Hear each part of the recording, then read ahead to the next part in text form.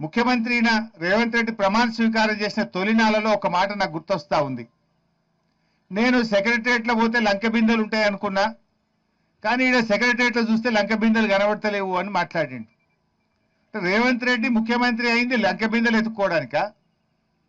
అందుకే ఆయన ముఖ్యమంత్రి అయిన తొలినాలలో ఏం చేసిందంటే, ఆ నిజాం కట్టడాలు ఉండే హైదరాబాద్ చుట్టూ ఆయన అనుయాయులను పెట్టి ఆడేమైనా లంక బిందెలు దొరుకుతాయేమో అని బాగానే ఎతికిండు.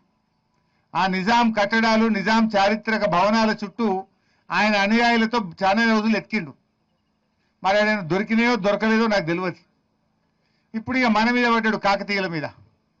కాకతీయ రాజులు నిర్మించినటువంటి పురాతన ఆలయాల్లో మరి అక్కడ ఆ నిధులు లంకె బిందెలు ఉంటాయి, గుప్త నిధులు ఉంటాయని చెప్పి ప్రసిద్ధి. ఎందుకంటే ఆ రోజుల్లో ఏం చెప్పేవాళ్ళంటే, శత్రురాజులు దాడి చేసినప్పుడు వారికి దొరకకుండా ఉండడానికి వజ్రాలు, వైడూర్యాలు, సంపదనంతా కూడా మరి గుహల్లో కానీ దేవాలయాల దగ్గర దాచేవారని నానుడు ఉంటుంది.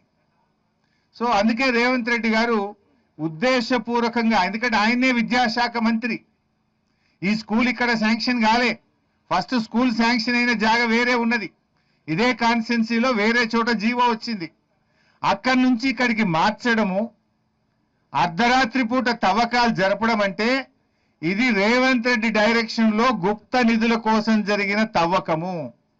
గుప్త నిధుల వేటలో 800 ఏండ్ల చారిత్రక సంపద శివాలయాన్ని కూల్చివేసిండు ఇవాళ రేవంత్ రెడ్డి గారు.